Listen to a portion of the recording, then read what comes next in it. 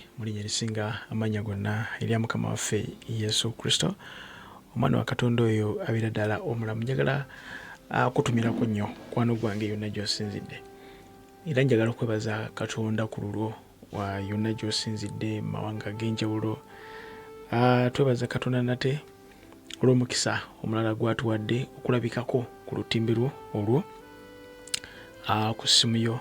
Ena famire emu baweereza ba Mukama abalina eggwanga lye balimu awo, baliyita batya mu Amerika awo, balina state gye balimu awo naye nga baweereza balina cell bandigezezaako ebeera waka nga omanyi nti mu mawanga gaabwe kizibu, si kyangu kumala gatandika buweereza naye nga balina okuyitibwa. So famire eyo babeera awo bansanyusiza wiiki eyaggwa, bantegeeza ne baŋŋamba nti puroguramu zino zibakola bulungi nnyo nnyo nnyo nnyo, era ne bantegeeza ku puroguramu eno gye twakola last Saturday singa kisoboka tukoleyo episode endala, kubanga bapiikingamu ekyokuyiga, bapiikingira ddala. Puroguramu zino ebiseera ebisinga zeetaaga abantu abali concentrated n'okuwuliriza nga tebalina bye balaga, mwangu otudduke tugenda, zeetaaga nga oconcentratinze n'owuliriza. So twebaza Katonda ku lwammwe. Balina screen bateekaawo ku YouTube ne balaba, so tukyebaliza Katonda ku lwammwe. Mukama bankumire, Mukama banjagalire, yeyongera okubakozesa mu maanyi ag'Omwoyo Omutukuvu. Mbeere mu mukisa era ndi mpulira omukisa okulabika nti nno waliwo abantu abafunamu bw'obikula comments n'osomamu ogenda okulira nga waliwo ayambibwa. Twebaza Katonda. Katonda omwesigwa, tukwebaza nate episode gye tugenda okuba nga tukola. Nsabira wabeewo omuntu gw'osisinkana eyo gw'oyamba, gw'okwatako mu kuyiga wamu ne mu kusomesebwa kuno kwonna kutugenda okukola. Si mpaka na kuwakana, naye tumalirize nga ekitiibwa kyo kyekigulumiziddwa Kristo Mukama waffe nsabye. Amen. Nze Nicholas wano ku Just Gospel Media Uganda YouTube channel, omwateera ne Facebook page zaffe za Just Gospel Media Uganda. Mikono gyange mmwe abayimbi mbadde ntera okuplayinga ennyimba ezimu ez'abayimbi batera okujja mu inbox ne bampaayo akayimba kekano kaplayinge. Kikola kubanga eriyo omuntu omu agenda okuluwuliriza, abadde talumanyi aluwulirize agattibweko naye. But the worst part of it is nti ennyimba zammwe sigenda kuddamu zikuba. Why? Nti ennyimba zammwe ezimu zigiramu fragments eza copyright. Simanyi mwenza kikola mutya, naye kati kibeera kikosa page oba kibeera kikosa ministry pages zino. So ninayo strike emu eya YouTube, ate ne Facebook nayo community standards zaabwe balina engeri gye bazikolamu. So oluyimba ng'olwo oba nga luzze nga lulina fragments eza copyright kiba kigenda kukoseza ddala. So kinkosezaamu nnyo naye byonna Mukama mulungi nnyo, mwesigwa. So singa mukola ennyimba zino nga ekigendererwa si fragments ezo. Lwaki abantu batekamu fragments ezo?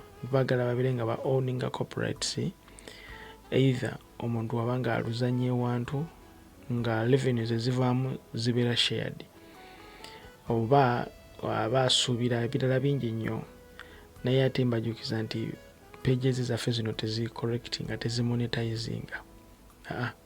Zisobola okumonetizinga kubanga ziri mu range eyo emonetizinga, naye twazigaana. Why? Kubanga tetwagala kubeera commercial gospel. Nedda. That's why nti video zino ziraba ne ziggwayo nga tekuliko kalango kayiseeko. Zonna ziraba bulungi video neggwayo nga tekuliko kalango kayiseemu mu linnya lya Mukama waffe Yesu abeera omulamu. Why? Kubanga tetwagala tetwagala kubeera nti tetwagala kubeera ba content creators. Tetwagala kubeera ba content creators to create content for the sake of monetizing tufune sente. No, Mukama ya mpulira ddala nga nedda. Kale naye abakikola sibasalira musango. Buli omu akikola alina ensonga ze. Waliwo akikola nga agenda kujja mu ssente ate zigende mu ministry naye waali. So buli muntu alina bw'ayitiddwa kukola ebintu bino. Wiiki eyaggwa era nasabiddwa mikwano gyange abamu tuddemu twongere kutanya ku nsonga eyo. Namukwano wange ali Bishop mu kibuga nasanyuse nnyo bwe yategeezezaako nti nange embeerawo nga mpuliriza era tuweebwa omukisa. Nasanyuse ne ngamba kale obanga gy'oli owuliriza Bishop amaanyi nange geeyongedde. So waliwo omuweereza Mukama omu gwe sigenda kuzza ddoboozi lye n'abalala ndooza mubadde mujja mugezaako kubawulira abamu eyo munda. Nazanya eddoboozi lya emabega kaawo ng'omuweereza Mukama omu akompeyalinga abaweereza naye anointing yaabwe. Era ku muweereza omu yatunulira nnyo Judith n'agamba nti Judith alina anointing etalina alina, alina anointing etalina alina, tewali alina anointing ye.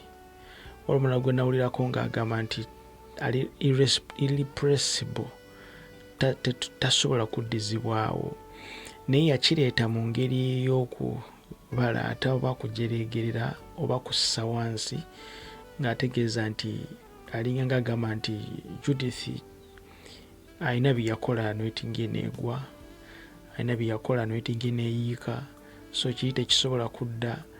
Ate era anointing eyo kano tasobola giwa kati muntu mulala. Ate nga baweereza nno balina emizindaalo ensi bawuliriza. Ebintu ebifaanaganako bwe bityo bizibu kwogera. Njagala kubategeeza gwe agoberera platform eno. Nze am one of people abakkiririza mu anointing ya Judith ne ligase ye gy'alina oba omukulu gwe oba ekyo kyakoledde ekkanisa ya Kristo mulembe gwe. Amiina. Naye sisobola kukijjayo mu kamwa kange. Oli mu program omulabe w'ekkanisa, mulabe wa Kristo. Tubeerawo buli lwa mukaaga, oluusi ne Sunday wetufunye obudde, naye bitutwala misinde Saturday, Sunday ne tutasobola kudda. Now katukozese Saturday eno for now. Now ekisookera ddala mu byonna tetulina okutegeera kizibu ku comparing anointing. Kizibu. Why? Sisobola kujja ne nkugamba nti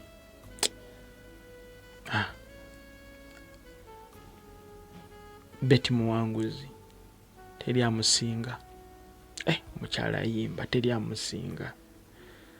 Kakati bino bibeera eri mu nsi, kubanga mu nsi yewali competition eyo, yewali ani asinga, nze nsinga ono yasinga. Naye ate ffe eno mu kkanisa ya Kristo ffe tutunuulira edification. Tutunuulira edification nti omubiri gwa Kristo gugasiddwa oba nedda. Wakategedde tetuli ku kino nti ani asinga ani okuyimba. Kasa tuddamu ekyo tuba tuwedde. Judith nze mwagala nnyo era I stand with her. Naye ate eriyo akola ekintu Judith kyatakola. Ate Judith alina kyakola oli kyatakola. Naye nga mu kukikola ate kigasa mubiri gwa Kristo. Kingizaako okunyonyola. Waayo kubanga Katonda akolera mu biro n'ebiseera. Katonda akolera mu generation. Katonda atambula ne generation weggwako eyo ng'akwata endala. Waliwo oluyimba omukyala gwe mbali njagala okubawa wano. Bamuyita Saala Ssanyu. Abangi ku muyinza okuba temwamuwulirizaako. Abangi ku muyinza okuba temwamutegeera. Naye Saala Ssanyu ennyimba ze ziyimbibwa olwaleero 95% ennyimba eziyimbibwa ku crusade ne praise mu kkanisa nnyimba za Saala Ssanyu. Tukaddemu 95% ennyimba ezimbibwa ku crusade ne mu praise mu church ennyimba za saalasanyu. Kakati uliriza, kizibu okusanga oluyimba lwa Judith Babirye nga luli ku crusade bali mu praise, sawa ya praise mujje tugenda mu praise nate ne muteekamu ennyimba za Judith Babirye tugenda mu praise, kiba kizibu, tekisoboka. Kakati ate bonna n'alokosa olwaleero nejjo ayimba ennyimba za saalasanyu wadde nga saalasanyu tamumanyi tamuwuliranga nako, oba kategeera kiyinzaako okugamba, but at the end of the day tumaliriza tufunye edification.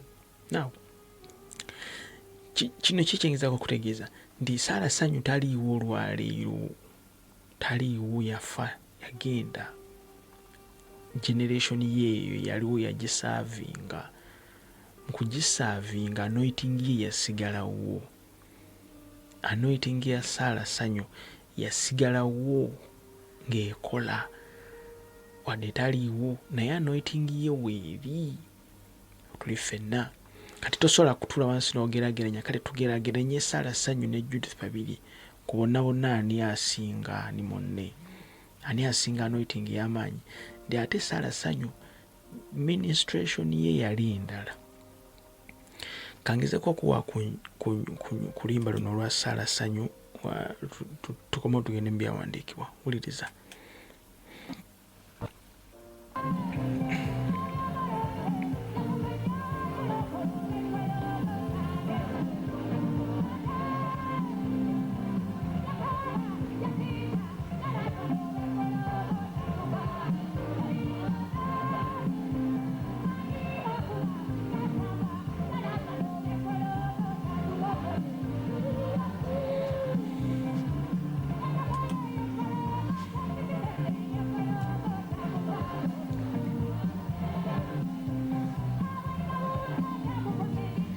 Gologosa.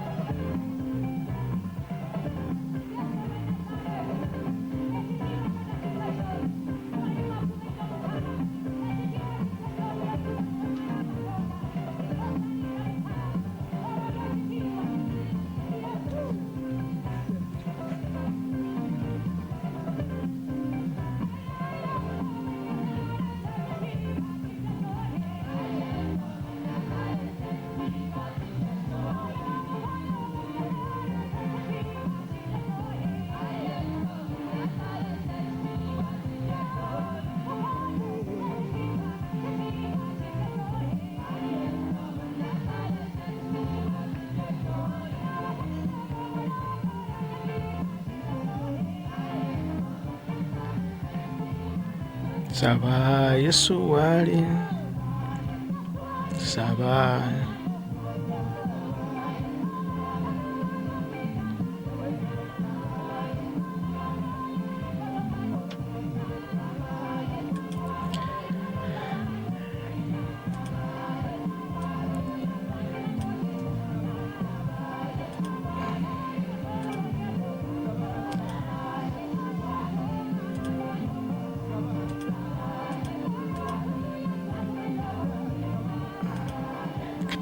oye Sala Sanyu.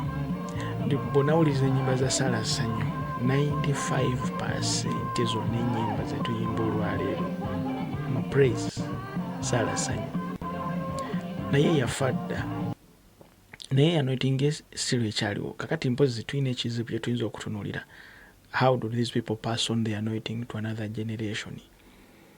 Anointing yaabwe omunagiro azin balekeraani manto zizaabwe.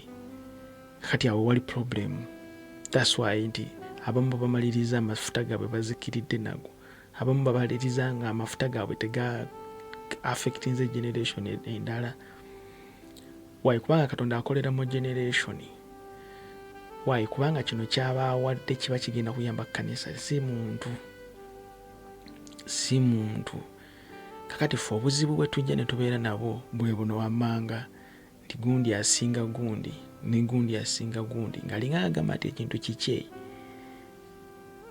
Kati naye na oluusi wakyulira naye natandika okuwaganyaliraawo n'alemererwa okufindinga out how omuntu omuweereza n'amanya nti obudde bwange buweddeyo, kati let me pass on this, let me train someone, let me lift up someone, let me intercede. Anointing eno ebeere passed to another person. Kubanga Katonda akolera mu generation. Musa akadde ke bwe kaaliwo ne kaggwako ne tulengerawo Yoswa ng'ajja. Yoswa naye n'akola bye yakola. Bwe tutyo Bayibuli esomesa wano. Ngenda kujja Bayibuli esomesa wano Bakolinzi ekisooka 12 n'olunyiriro lwakuna. Naye waliwo enjawulo z'ebirabo naye omwoyo ali omu. Enjawulo z'ebirabo naye omwoyo ali omu. Bakolinzi ekisooka 12:5 agamba nti era waliwo enjawulo z'okuweereza era Mukama waffe ali omu. Different administrations. Mukama waffe ali omu. Ebirabo bya njawulo, omwoyo ali omu. Offices eza administrations za njawulo, Mukama waffe ali omu. So waliwo ebirabo eby'omwoyo omutukuvu n'ebirabo administrations eza Mukama waffe Kristo.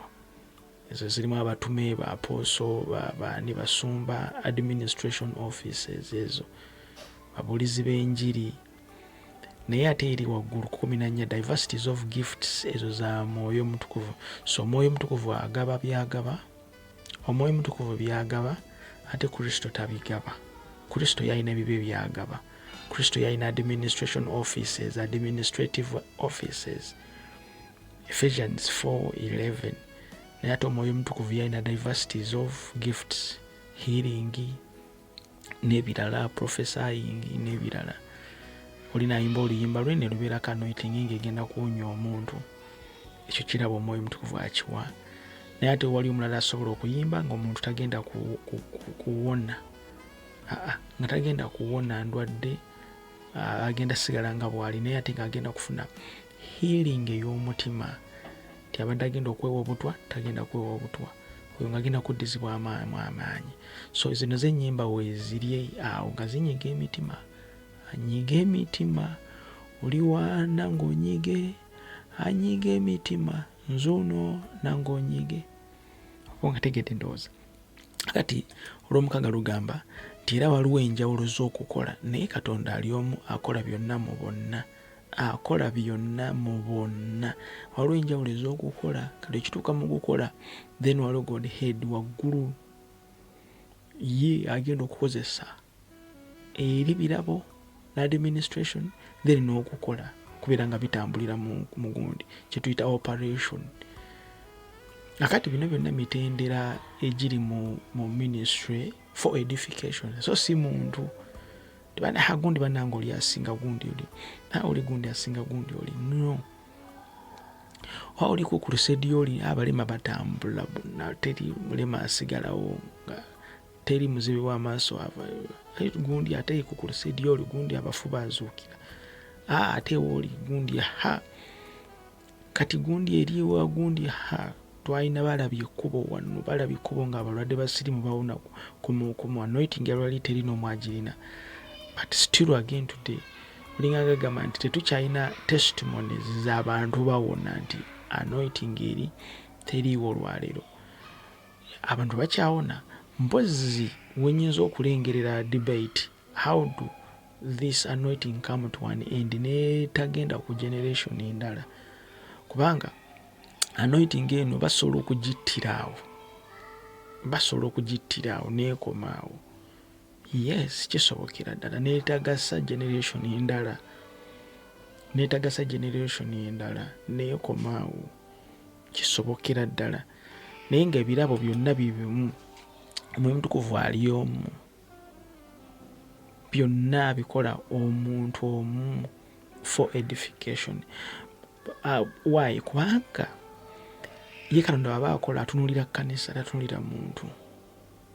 Ate ye Katonda baba akola akolera mu generation.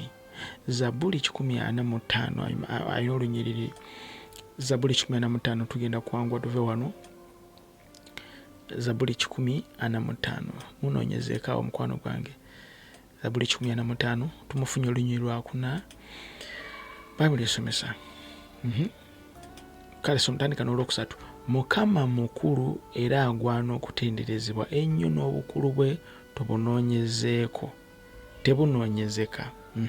Olwokuna lwensinga okwagala kawulire. Emirembe ginaasuutanga emirimu gyo eri emirembe. Tukaddemu. Emirembe ginaasuutanga emirimu gyo eri emirembe era ginaatenderanga ebikolwa byo eby'amaanyi nti one generation shall praise thy works to another. Kitegeeza thy generation shall praise thy works to another generation. To another generation and shall declare thy mighty acts. Banaatenderezanga ebikolwa byo eby'amaanyi. They shall praise thy works to another. So generation, one generation shall praise thy works to another generation. Kitegeeza ki nti generation ya balabye ekkubo erina okutendereza ebikolwa bya Mukama ku generation eddako. Zabuli 145 n'olunyiriri lwakuna. Kitegeeza ki nti Katonda akolera mu generation. Naye generation y'aba Robert Kayanja, generation eno eriwo olwaleero yadda. So bano bali mu generation etali yaabwe. Ba Judith Babirye, ba Robert Kayanja, ba Dr. Sirwadda n'abalala ba Bishop Kiganda. Bonna abantu ababola bali mu 50s and above, 60s and above. Bali mu generation etali yaabwe, bali mu generation gye bali mu kudiringiramu ng'eri mu 20 years, 40 years. From 40 years a generation begin. Tukaddemu. From 40 years a new generation begin. A generation ends to 40 years. Kasita 40 years zigwako, we are going to another generation. Ekyo kyolina okumanya. So kati olwalina abaweereza bali mu 50s, 60s, 70 years bali mu generation eno olw'obulamu Mukama bw'abawadde. Tukaddemu. Kakati ffe tutambulira mu generation oba ng'oli mu 20s tonaba kutuuka 40s. You are in your generation. Kakati anointing y'abana abasajja erina okuimpactinga generation yaffe. How? Nti Robert Kayanja bw'ayimirira n'aweereza, anointing ye erina okuba ng'egenda ku manifestinga ku generation eno eriwo. Nti tuteekwa okufuna abaweereza bagenda okuyimirira nga Robert Kayanja, nga Dr. Sirwadda, yogera ku musumba wali eyo yenna, yogera ku muweereza Mukama yenna ali eyo. ndiba Judith Babirye anointing yaabwe bw'abanga amaze okusukka ayingira 50s alina okuba nga right now ateekateeka muntu agenda okuba nga atwala anointing ye agende maaso. Otherwise bwekitaba bwe kityo tuyinza okufuna ate generation endala egenda okukwata ekintu ekirala ekigenda okubeera ekinjawulo ku kya Judith kyakola. Tuli ffenna mukwano gwange mpuliriza obudde bwompeddeko tulidde olulala. So bwe tutyo tutambula generation bwetu bwetambula. Timoseewo ekyokubiri emu 5 wala olunyiri lwenjagala okusoma kaawo tuveewo. Timoseewo ekyokubiri emu 5 agamba atya? Agamba nti bwe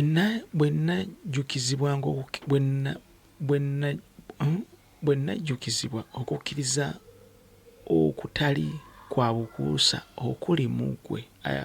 Omutume Pawulo ayogera nti Timoseewo, bwe najjukizibwa okukkiriza okutali kwa bukuusa okuli mu ggwe, okwabeeranga olubereberye mu jjajjaawo Looyi ne mu nnyoko Ewuniike, era ntegeeredde ddala nga kuli ne mu ggwe.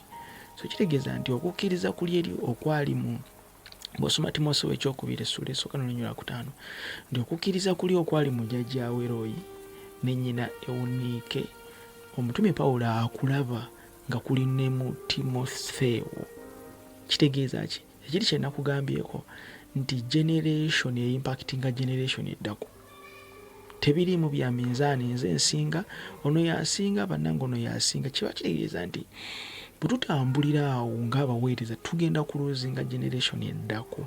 That's why tusiba twogera nga tubagamba nti ebintu byemukola olwaleero byemukolera ku bituuti kasasiro yenayina agenda mu maaso ebigambo byemwogera byaffectinga generation egenda okuddako, tegenda kubeera impacted right now.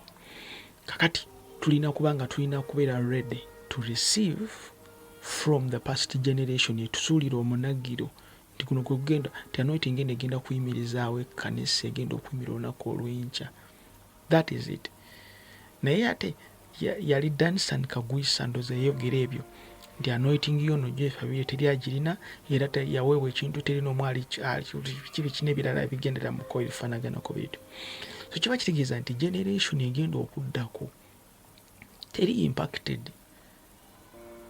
So omulembe oguddako, omulembe oguvaako, omulembe oguyita guba gulina okubeera impacted, guba gulina okufuna emirembe ginasuutanga emirimu gyo eri emirembe era ginaatenderezanga ebikolwa byo. One generation shall praise thy works to another generation.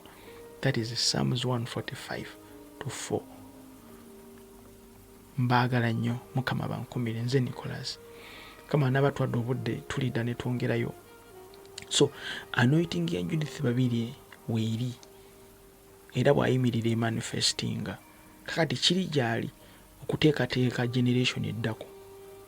Anointing agenda kugikuuma agite abeeko omulala gwagiwa oba nedda, naye ate era nga weebali Mukama bateeseteese abali ready nti singa Judith Babirye aba agenze waliwo abakirina era still waliwo abali mu kuweereza kubanga ekkanisa Kristo tennagwa, era waliwo abalina anointing ne manifestation ya ministry yaabwe mu administration nga tefaanagana ya Judith, tefaanagana naye ate nga yanjawulo naye nga ate egassa obuweereza. Lwaki Mukama tabankumira? So omuntu yenna akuze mu nsi ey'omu mwoyo, stop comparing, stop that comparison. Abankumire Mukama, mbaagala nnyo. Nze Nicholas, tunaddamu wiiki ejja. Amen.